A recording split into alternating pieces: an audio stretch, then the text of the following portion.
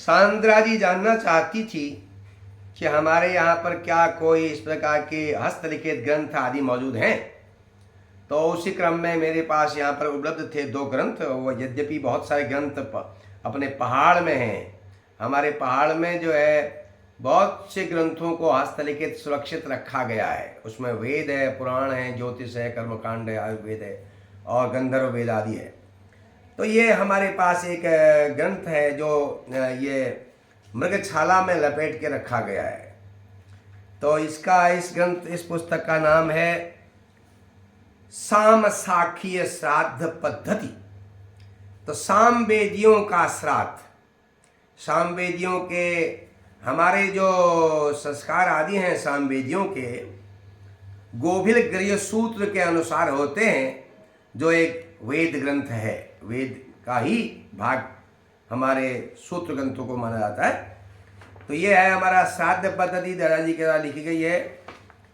और इसमें इन्होंने आरंभ में हाथ से ही बनाया हुआ कागज है। इसको बहुत वर्ष हो चुके हैं, मैं बताऊंगा आपको, पढ़ के दिखाऊंगा। और इसमें आरंभ में कहीं पर बीच में किस प्रकार से पारण श्राद्ध होगा और उसका इन्होंने यहाँ पर हर चीज़ का वर्णन लिखा हुआ है। ब्राह्मण कैसे रखे जाएंगे, विश्वदेवा है, पितृ ब्राह्मण है, मातृ ब्राह्मण है, मातामह ब्राह्मण है, दिया कहाँ पर जलेगा, कर्णपात्र, ये सब इन्होंने यहाँ पर दिखाया है। ये इसकी सूची है इस ग्रंथ की। और ये इन्होंने पूरा किया था 2 जून 1907 में। तो 7 की बात करें तो इसको कम से कम अब 114 में 7 गया 7 117 वर्ष हो जाएंगे 2024 में। 117 वर्ष पुराना ये श्राद्ध पद्धति हाथ से लिखी गई है सामवेदियों की। देखिए पहले आरंभ में तर्पण है और उसके बाद ये तर्पण है, फिर ये श्राद्ध का वर्ण है। अलग अलग श्राद्धों का इसमें एकोदश श्राद्ध ही है। फिर उसके बाद पार्वण श्राद्ध होते हैं सारे, षड्दैवत्य जिसे कहते हैं। उसके बाद आपके नवदैवत्य श्राद्ध का वर्णन है, तीर्थ श्राद्ध का वर्णन है और श्राद्ध का सारा निर्णय है। सामवेदियों के श्राद्ध में अन्य वेद वालों के श्राद्ध में क्या भिन्नता है ये भी इसमें बताया गया है।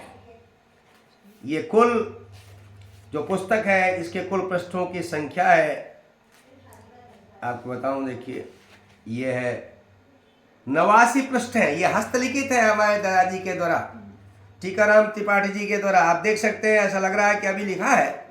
116 साल कम से कम हो गए, 17 हो जाएंगे जून में।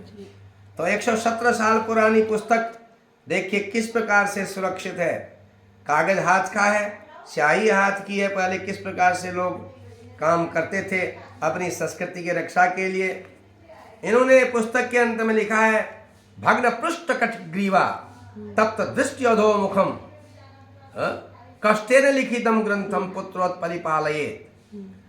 उसका मतलब है मेरे इस ग्रंथ को लिखने में आंखें तप गई, कमर और गर्दन टूट गई।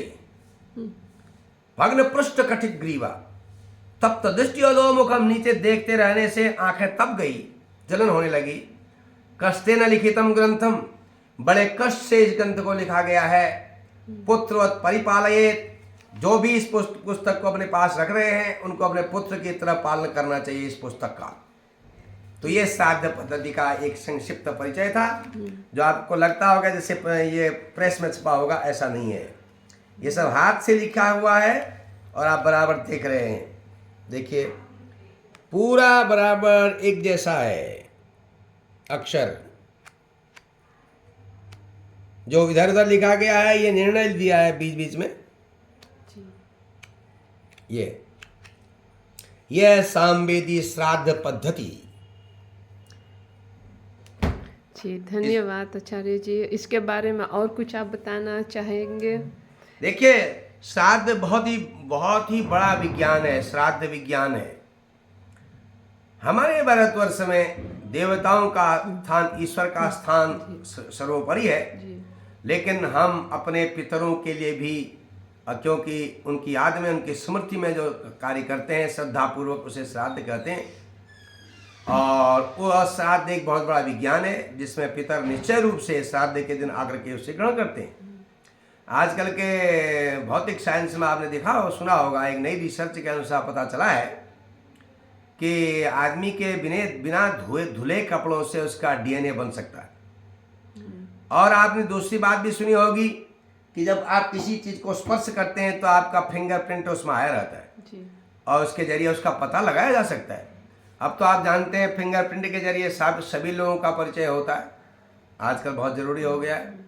तो पितर जो लोग होते हैं वो यद्यपि वो शरीर उनका छूट जाता है, लेकिन सूक्ष्म रूप में उनका संबंध उस परिवार से, उस घर से होता है। वो मौजूद रहते हैं और हम जो उनके लिए कार्य करते हैं वो उन्हें प्राप्त होता है। फिर आप कहेंगे भाई वो तो दिखते नहीं, प्राप्त कैसे होता है? नहीं, वो प्राप्त होता है। जैसे आप यहाँ से कोई मनी ऑर्डर भेजते हैं दूर और उसका सही एड्रेस हो तो वहाँ पहुँच जाता है, चाहे हमको वह दिखे या ना दिखे। आजकल के ऑनलाइन ट्रांसफ़र होता है पैसा, वो आदमी हमको दिखता थोड़ी है, केवल परिचय के माध्यम से हम उसको तक पहुँचा देते हैं, वो कहता है मुझे मिल गया। ऐसे ही वो दिखने का प्रयोजन नहीं है। फिर लोग प्रश्न करते हैं कि भाई वो तो कोई जगह पैदा हो गया होंगे, दूसरे जन्म ले लिया होगा, उसका इससे कोई संबंध नहीं है। जब सूक्ष्म शरीर दूसरा शरीर ग्रहण करता है तो आत्मा जो हमारी है, हमारा जो जीवात्मा है, उसके पास इतनी सामर्थ्य होती है कि वह अलग शरीर होने के बावजूद भी पहले जहाँ जहाँ उसका संबंध रहा है वहाँ तक वह जा सकती है। इसलिए श्राद्ध विज्ञान में हम जो पितरों के लिए देते हैं उन्हें प्राप्त होता था। हालांकि बहुत लंबा विषय है, मैंने संक्षेप में जो याद आ गया आपको कहा। जी, बहुत बहुत धन्यवाद। तो आप परिचय दिया श्राद्ध जी। और आप ये इसके बारे में बता ही रहे हैं, तो हर एक व्यक्ति को अपना पितरों को बिल्कुल उनकी मृत्यु तिथि में उनको उसको एकोदिश श्राद्ध करते हैं, उस दिन श्राद्ध करना चाहिए। जी। और जो हमारा श्राद्ध पक्ष होता है, आश्विन का कृष्ण पक्ष, महालया पक्ष जो है, उसमें भी श्राद्ध होना चाहिए। पितृपक्ष हम कहते हैं। पितृपक्ष जिसे कहते हैं, उसमें भी जरूरी है। जी। श्राद्ध विभिन्न प्रकार के होते हैं, लेकिन ये बहुत आवश्यक है।